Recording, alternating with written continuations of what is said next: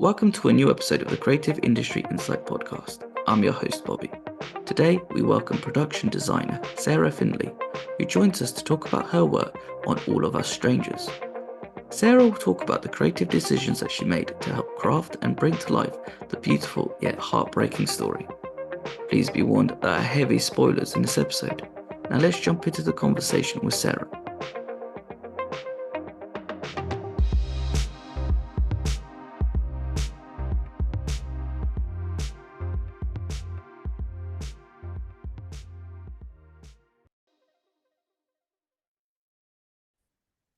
Hi Sarah, thank you for joining me today. Hi, nice to be here. I'm excited to sit down and speak to you about a film called All of Us Strangers, which came out in the UK in around January time, but I was very lucky enough to get a screener at the tail end of last year. It feels like you're part of a special club when you get a screener. It's like Charlie Bucket when you get the golden ticket for the Charlie and the Chocolate Factory. Yeah, especially when it's a film that everyone wants to watch, isn't it? It's feels very special. Yeah, it kind of feels like, I didn't, at first, I didn't realize how much of a hype there was of the film online when you go on Twitter or other forums. And I was a bit like, I'll be honest, I wasn't sure what I was receiving. And then I saw what it was, did a bit more research, and was just like, oh, wow, I'm actually quite lucky. I better reply yes before somebody rescinds it and takes it away. Yeah, that would be quite embarrassing. But hey, I was lucky enough to watch it. But how have you found the reception to the film? Well, it's been great, obviously. And I think when you're working on an Andrew Haigh film that people are gonna watch it, and it's you can tell from his scripts as well, and the way he works and everything about him that his films are going to be good. So you know that critically people are going to want to watch them and have an opinion of them. And it was great that it kind of premiered it or played at Telluride, which again is a pretty good sign that people are going to like it and have something positive to say about it. But yeah, the scale of it's been quite unbelievable. How many people have got on board and absolutely loved it. Yeah, I don't know how everyone else is feeling about it, but yeah, it's kind of grown bigger than I thought it would. I guess when like a film gets picked up when they screen at festivals, that's probably like another sort of club as well where people get to see these for the first time, as these sort of films for the first time, and gauging people's reactions are quite. I don't know. I just find that quite interesting as well. And as you mentioned, like with it being an Andrew Haigh script, it's going to be good. I wonder what that must be like if you're him writing it, being like the pressure of it as well, knowing that people will be like chomping at the bit to see it or also work with you on it.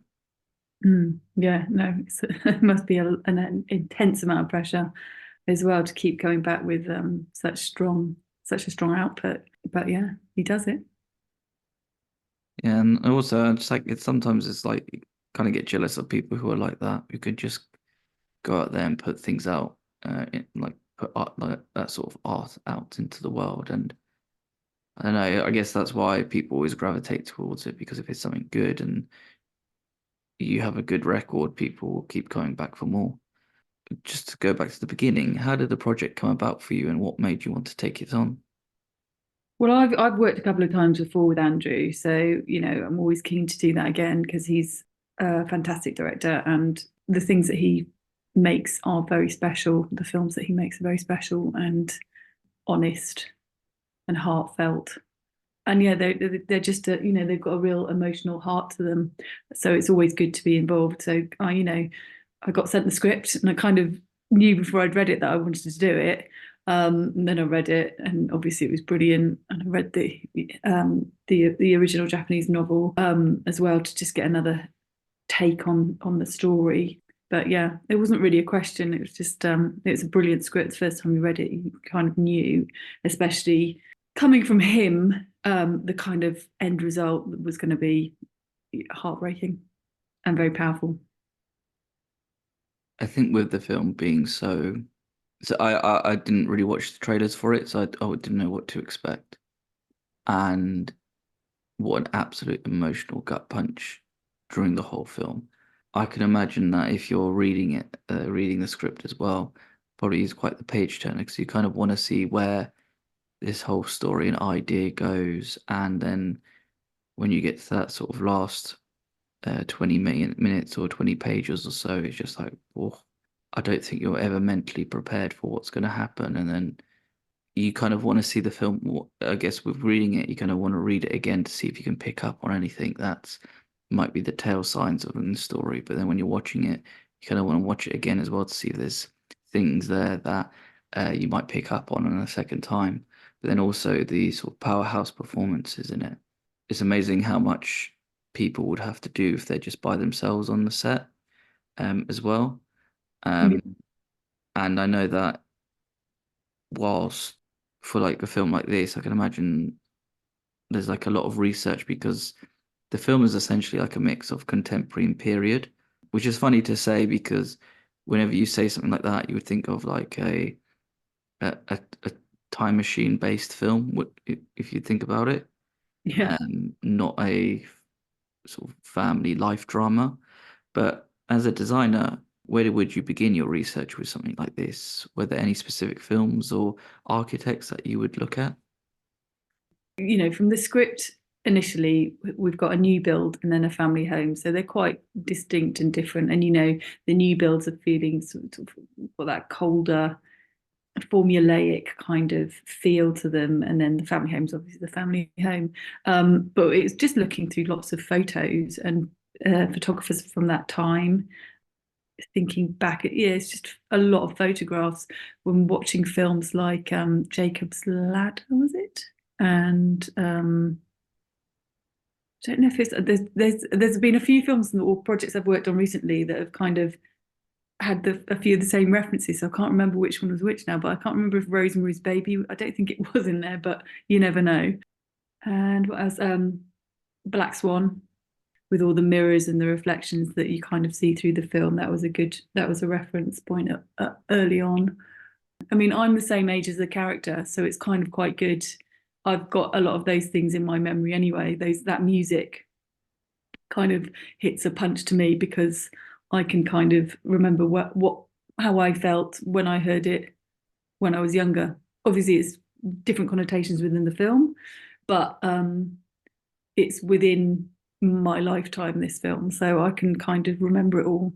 And looking back through photos is really incredibly handy and great for this. And obviously Andrew brought photos in and we looked through those as well, and it's kind of picking out elements that work and that were relevant. Obviously we filmed in Andrew's childhood home, so that was another layer to the film. He'd not been back there for sort of 40 years when we first went in there, so it was quite interesting to go in with him for the first time because he was sort of wandering around in a bit of a daze, kind of trying to make himself remember what it was like when he was younger. Luckily, structurally, nothing had really changed, and I think he kind of, as he was running his hand over the banister, he kind of got a sensory memory from kind of back then. And I think it just, there's these things, isn't it? It's the smells and the touches and those kind of how the light hits the wall or something that maybe is lodged in your memory from years ago that just kind of is reawakened when you go back to these spaces. So it was very personal to him. It's very personal to everyone because I think when you're talking about such an intense these intense relationships, you kind of look to yourself anyway and think about your own situation.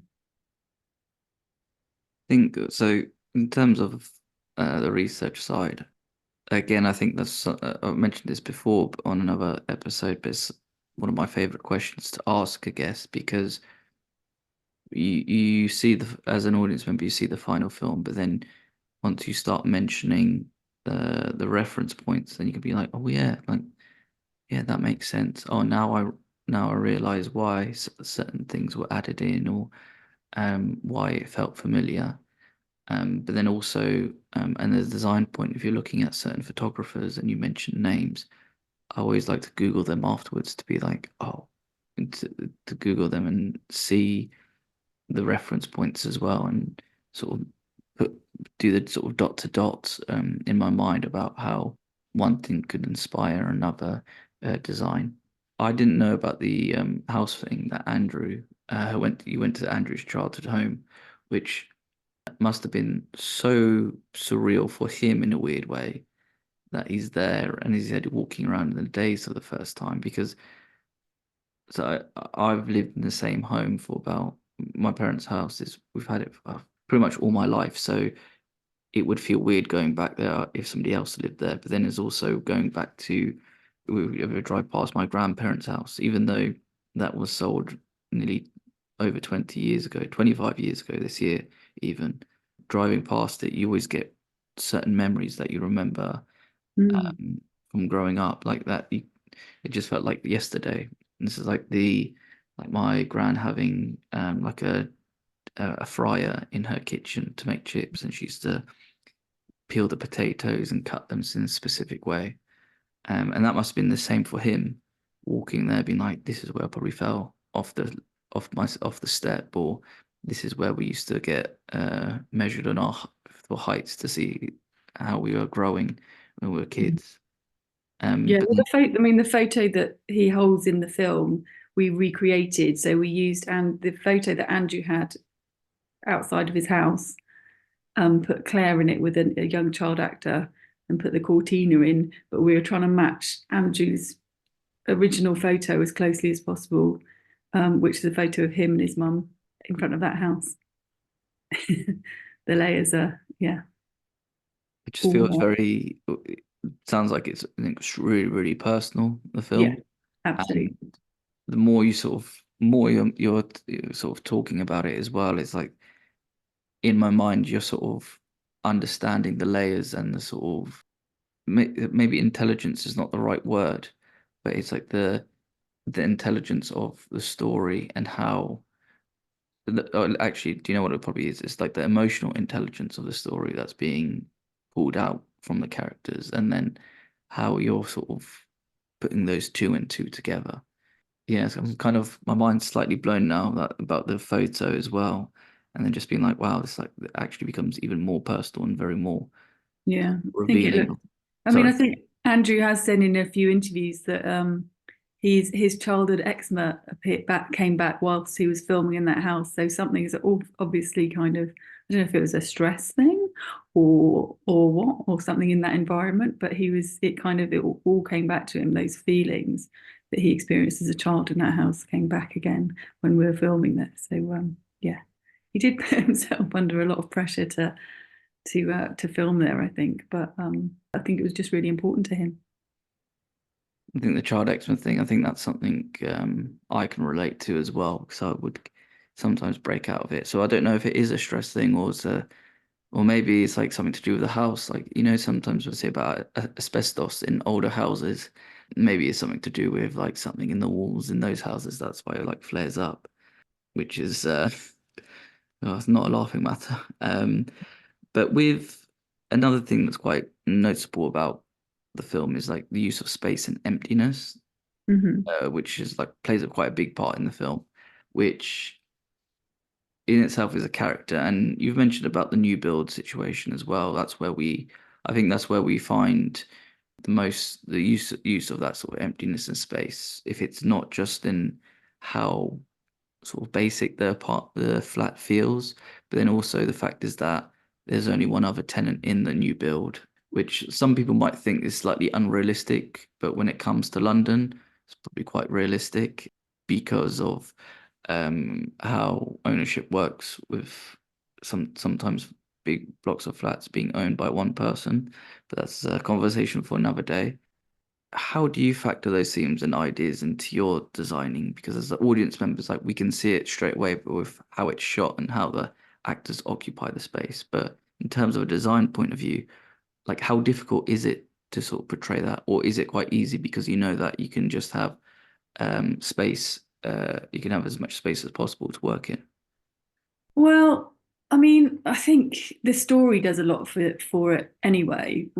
You know, we went and looked around a lot of those flats, and a lot of them are empty because of the prices and where they are and everything else. I think what helps with that flat is the view out across London and the kind of the feeling that he is kind of floating there in his little bubble above the city, not connecting to anyone, on his own, looking out at what, you know, a life he could be leading, basically. Sound was also a really important part of that in the film, because when you go into those buildings, you can hear through the ventilation all this echoing sound. So there were quite a few vents in there, so that you could, I don't know how much really was how far that was really taken, but I remember at the time when we were filming it, it was kind of quite emphasized. That's the thing, when you see the final film, you think about all these things that you've subtly put in, and they've not made it in, or they're kind of just out of frame, because there's loads of that. And the more I think about it, the more I remember the things that we've put in. But yeah, I think it's kind of the view out across the city was a big thing. It's also that he is, I'm going to kind of veer off a little bit here, but Andrew Haigh wanted the apartment to feel kind of as though he'd put his stamp on it. So it's not too sort of clean and clinical. It's not. He's lived in it. It's painted a nice color. He's got his older furniture in there. He's chosen pieces that he wants in there, and we went for kind of mid-century pieces, which also we've got in his parents' house. So there's a tie in there. It's one of those that, you know, you never leave your childhood and kind of who you are behind completely. So there's a lot of kind of nods to his family home in his current flat. And because of, you know, loads of people have got that sort of furniture anyway, haven't they? And all the 80s styles are back in at the moment, 80s, 90s, that, you know, there's a few pieces of furniture that are in both locations, just that you don't really see, but they're there. And I think it's just, I think it's the difference between the two buildings that really heighten the space in one over the kind of the coziness and the closed in. You know, you don't really see out of the windows in his childhood home. It's all kind of a bit more oppressive. So I think you made a really good point in terms of you don't leave your childhood behind with certain things. And he certainly hasn't in this film. He's holding on to so many things. Which again, it's like like subconsciously now I'm going to be looking around where we are living to see if I haven't left anything from my childhood, like sort of scattered around, which is going to play on my mind now for the rest of the evening. Which again, layers upon layers for this film that we're uncovering. But with Design Point, I know you were saying that there's certain things that they would have cut out as well, that you would have put in deliberately, which is just something that happens due to editing and how scenes flow. Yeah. But then also like if you're doing that as a designer, because you are, as you said, with like the sound design, can create that space and emptiness as well, because you can create that sort of extra echo or vents going, or if they live near the elevator in the flat, you could hear the lift shafts working and really emphasize the emptiness or the echoes of it all. But then in a design point of view as well, it's very easy to probably have it empty, but as you said, that you still need to show that it's lived in. There is their own little touch to it. It can't be too like sterile or pristine. You don't want it to look like an IKEA showroom, for example. No, exactly.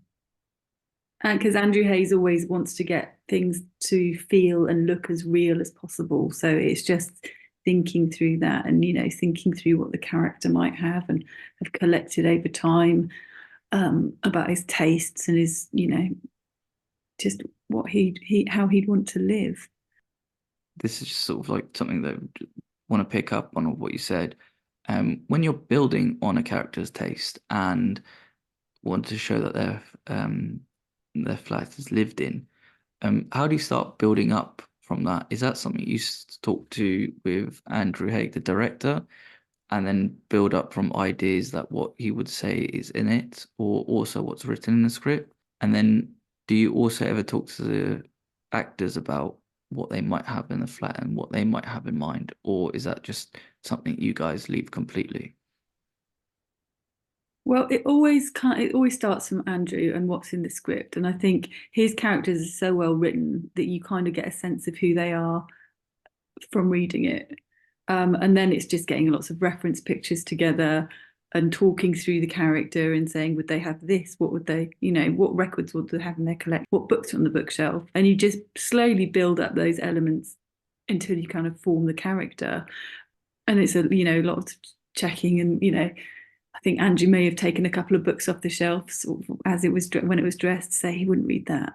But yeah, it's just looking, it's just thinking, it's quite intuitive to build that character from the script and those conversations.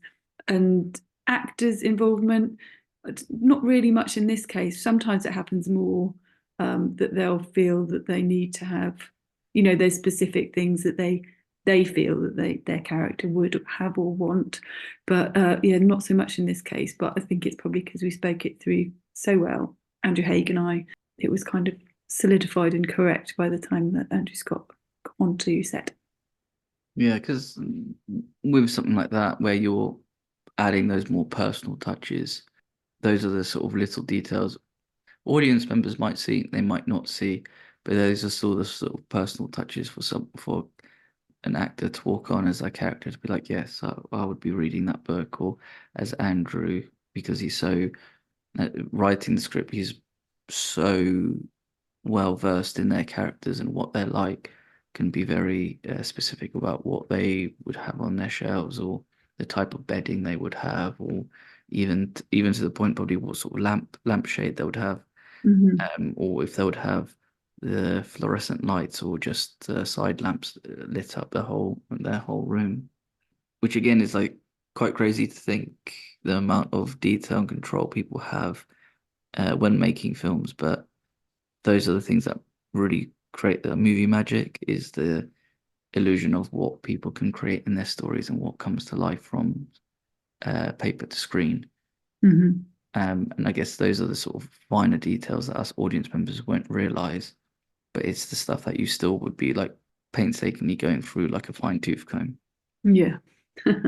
Which again is like something that's infinitely fascinating as like a production designer, because you're essentially like a world builder with creating whatever's on the paper to uh, whatever's on the script to create visually, which again is pretty cool because even though things are described in words, you could take so many words and interpret that so differently to when you sort of draw it out and design it, which probably is quite exciting as well because you can have play around with a lot of ideas.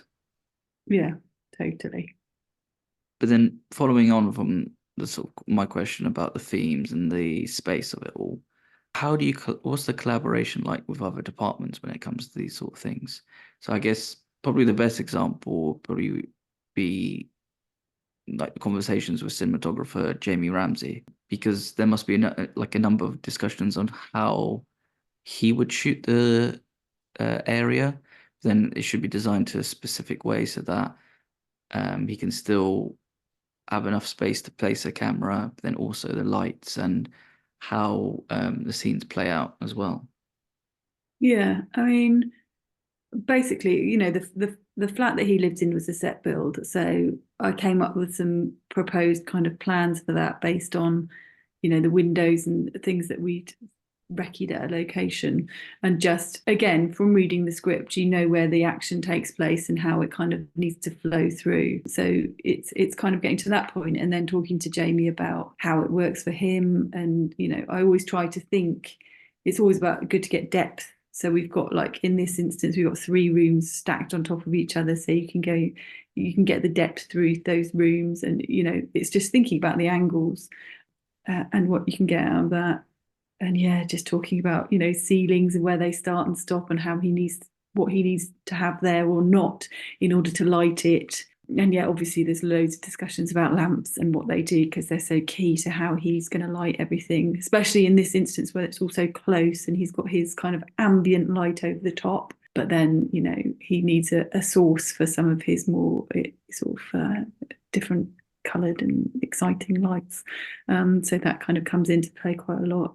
And then what else? Yeah, well, with the family home, we actually put the double glass doors in between the kitchen and the living room space because we felt when we went there that it wasn't, you needed again extra depth to get back to shoot in both spaces. So yeah, that was a hair raising time knocking that wall through, but it all worked out, so that's good.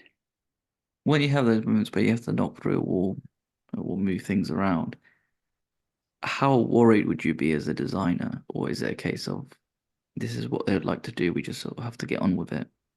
Well, I mean, not worried. It's just we go to the location and say, "Can we do it?" It's either a yes or a no, and then we get on with it. But it's just, you know, when you're dealing with somebody's home, it's very precious. The location owner in this instance was great, and he was pretty much up for anything, and excited by the whole prospect of something filming in his house. And then it's always just, you know, there's never enough time to do everything, so it's just making sure that if you're doing something as huge as putting a hole in someone's wall, that you've got all the surveys done properly and you've got time to put on the RSJs and finish it all nicely and paint it and decorate it and all the rest of it. So it's not you know, it's a yes or a no, but yeah, you don't want to see those sad faces when you say, no, we're not allowed to, we can't, sorry, think again.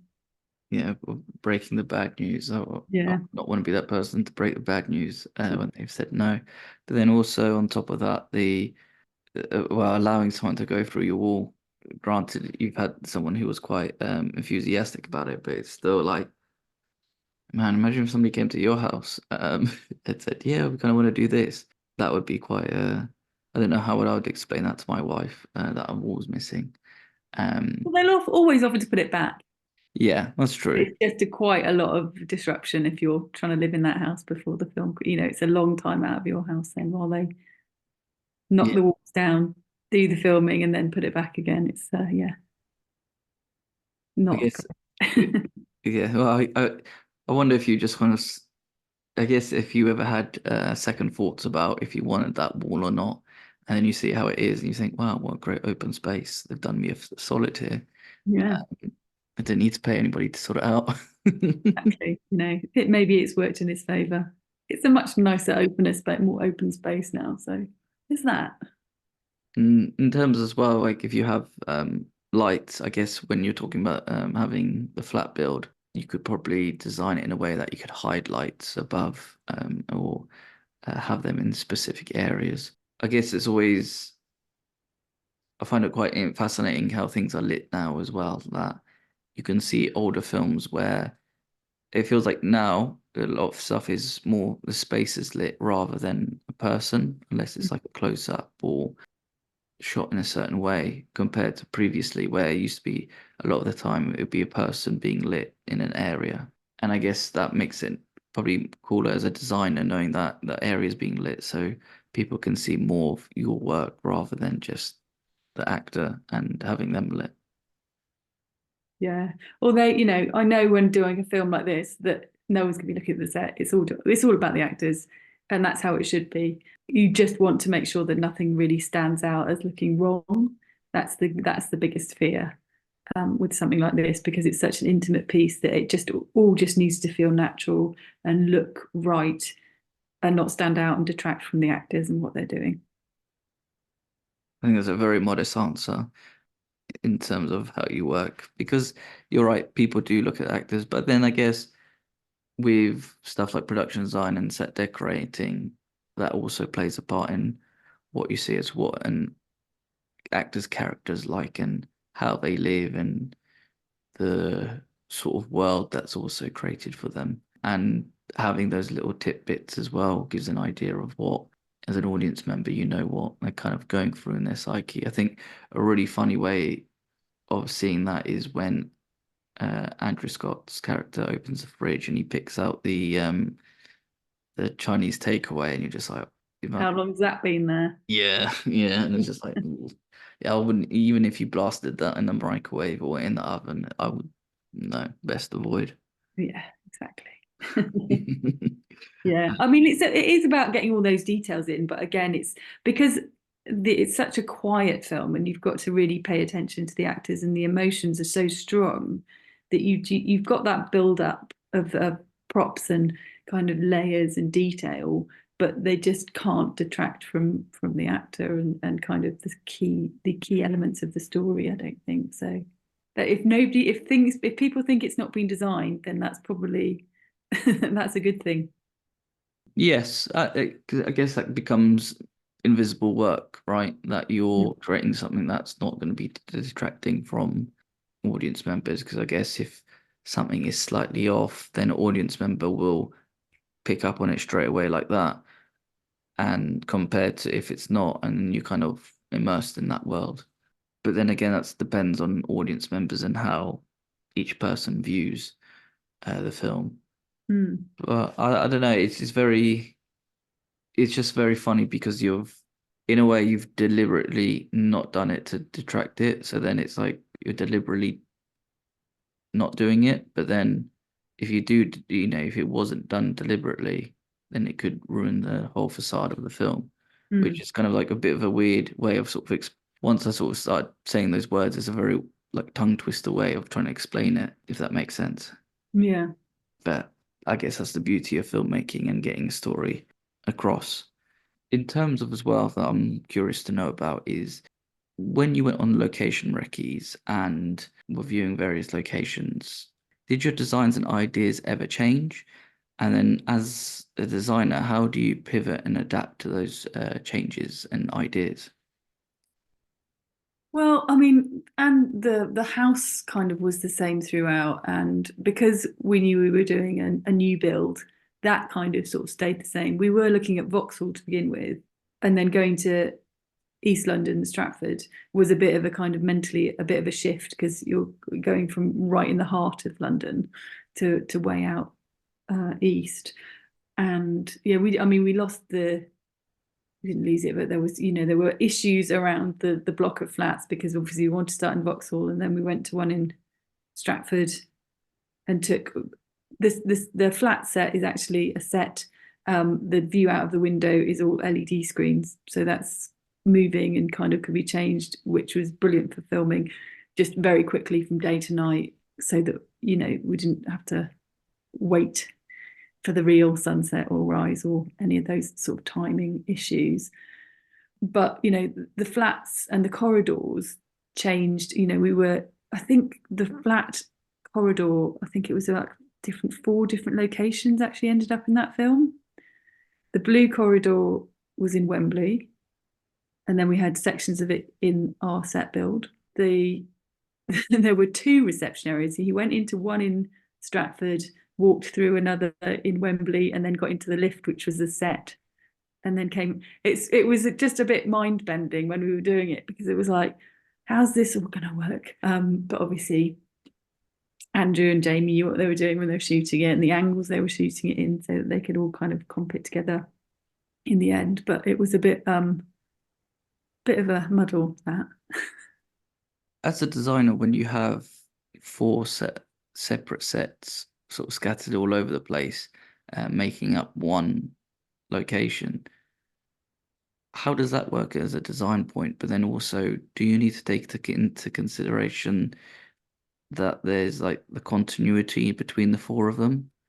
Because I know in the edit that they'll in a way they'll shoot it in a way and then edit it in a way, but it still has to all look like that's all in one place. Yeah, I mean, in that instance, it was okay because it was quite limited. So the corridor was one element which we could replicate on the set. The lift was another. Outside the lift was another, and then the reception we see from an exterior. We see one place. Then when he's interior walking through it, we're in somewhere else. But as we look at these with the location manager, we kind of work out what works and what doesn't. So there's got to be some sort of thread that makes sense and you can follow through. Yeah, but it does get a bit confusing sometimes. Okay. Okay, because it's always, Hmm. I guess it's very interesting to think about how it sort of works as the design point because you're going through various like stages in terms of like going from one area to another area. Um, but then as if you're all over London, then geez, what an absolute headache as well. Yeah, they were, these locations were kind of, the studio was in Wembley and the house was in Croydon, so it was quite a mission if you had to go between the two more than once in a day. It was just like there's no point in getting out of the car. And then like for people who are not aware, even though if you look on the map, Wembley to Croydon is like probably, like 5 centimeters long. It's probably like a on a good day, 2 hour round trip if you're lucky. Depends if you go through the city or through the M25. Yeah, 2.5 hours one way. Yeah. Wow, that is painful. Yeah, Um, it was. that's the not so glamorous side of filmmaking. Yeah. Um, the travel there. Just to sort of hit with my penultimate question, what was the hardest set to design? No, really. They were all they all made sense from the script. So nothing was challenging. I'm just, to be honest, actually, it wasn't hard in its design, but just in its kind of its form or formation or just how it came to be, was Harry's flat, which was Adam's flat, repainted, walls added and redressed over a weekend so that things could be shot in order. It was a bit of a number to get that done. It was not kind of mentally, but just physically, because we shot that and then we had to go back and do the final scene in Adam's bedroom. So we'd blocked in the doorway to Adam's bedroom, redecorated the whole place, and then to do the last scene, we just took that door plug out so that we could do that scene, which was in Adam's bedroom, which had been left untouched. So it was a very quick turnaround. But Andrew Haigh likes to shoot in order as much as possible, so that well, it just helps the actors, I think, with the development of those emotions, and they can kind of plot their route a lot easier than sort of jumping around within the script. I think as well with shooting in order, um, as you said, helps emotionally. But then again, that's something that's quite rare when you're shooting TV shows or films. Which like once somebody explains the understanding of it because of availability of locations or actors and whatnot, then it makes sense. But then as an audience member, you just think, oh, you'd think you'd just do it the same as day by day, like when you watch a film, all in one sort of one after the other. But I do like the idea of changing to Harry's flat, which sounds like I can imagine everybody worked extremely hard to turn that around, but it's also extremely stressful that over a weekend you have to change pretty much everything and add walls in, cut paints, set to dress it as well, to Mm. make it different enough that no one would see it unless somebody's very eagle-eyed and went through frame by frame, just being like, hang on a second. That's Well, a bit, that's the beauty of it being a modern block as well, is that because they are quite uniform anyway, so you've got that as an excuse. If anyone notices, because the kitchen is pretty much the same, but in modern builds they are. So you've got that in your favour. But it's just trying to make it different enough from Adams that you wouldn't really guess. yes, and actually that's a really good point that you bring up that you can recycle certain areas because all of it looks the same, which is actually smart planning, and that's always been this sort of idea all along. But then also in, in budgetary wise as well, it's like we don't need to get a whole different kitchen put in. We can just move things around, Yeah, exactly. which probably helps as well. Just to hit with my final question, what was your favorite set to design? It probably was the childhood home. There's a couple of things in there that that ugly old fireplace that we put in. Um, that was a real joy. I always liked the kind of the ugly architecture of the 80s and being able to get that back in without it looking out of place. So that was a joy to be able to do that. And then just looking at the older stuff that we put in there, that was all great. I also really liked, I know this is two, so it's cheating a bit, but our lift, which is a tiny set, but we made it out of two-way mirror so that it could be shot without interrupting the actors, and the camera was in the outside. We didn't have to worry about reflections. It was just a good, complete little unit there, which actually I think worked really well.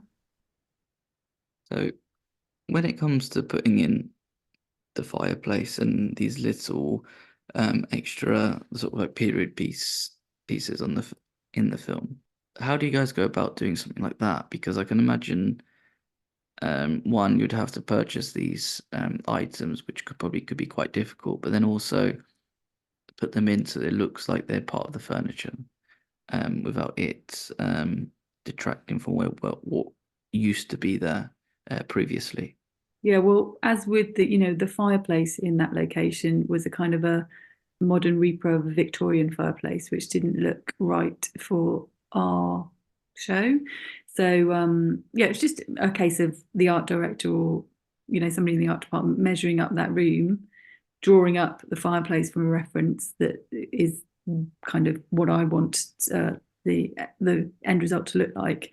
And then it goes to a construction company, and they just build it and fit it. That's plaster brickwork, which you can buy in sheets in construction companies buy in, and then it gets scenic painted, put into the room, fitted, corked in the corners, and then just treated as the rest of the room when it's painted, so that it kind of just sits back and is treated and aged as the rest of the room. The Magic magic of cinema. cinema. 100%. And it's funny as well, like that you'd buy something like that and then you'd age it up, and sort of like patina that would probably have to be used as well, just to make it look not just even aged up, but also is that it's been used a number of times. The Yeah. breakdown of it. Another thing that probably people won't realize because it's just part of the set, and part of how they live. But yeah, again, the more and more I talk to people about filmmaking, the more I get amazed by it and blows my mind, sort of thing. Yeah. It's just, I don't know, it's just one of those things. You get sort of you after speaking with guests as well, you kind of want to go watch the programs or films again just to be like, yes, that makes sense now. That design point, that makes sense. Oh, Yeah. look at that I've this little bit. I've watched it three times now, and I'm quite you've got to be really eagle-eyed, but there are quite a few things that I I did notice. I was like, oh, good, you can see that if if you take the time and watch it about 1,000 times probably. But there's a mug that he uses in his childhood home, which is a faded, which is a newer version of the faded mug that he uses in his adult flat. And there's like in his box of stuff under his bed, the wallpaper on the kitchen is covering one of his old exercise books. And there's chairs that he sits with in his mum's living around on the over the kitchen counter are the same ones that are in his living room. And there's quite a few little things like that that you think, oh, good, they did get that in. That's there and that's there. Brilliant. And it's even down to the things like when he's in the tube station, the adverts, and along the way we did kind of 80s and modern versions of the same kind of advert. So we had the theme park that's on his mug was one advert. We've got one about drink driving, which is how his parents died, both 80s and modern. And then there's the AIDS posters as well. So there's loads and loads of little Easter eggs in there, but you've just got to kind of watch it again and again to really pick up on them, I think.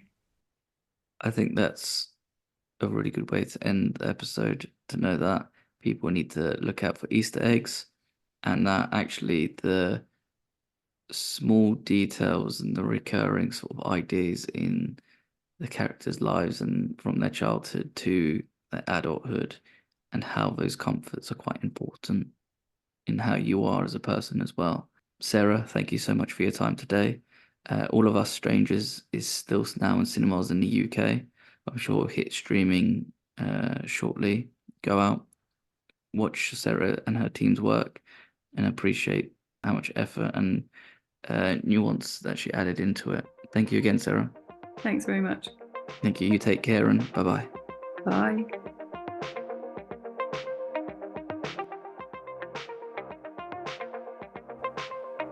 Thank you for listening. Please subscribe, rate, and review this podcast.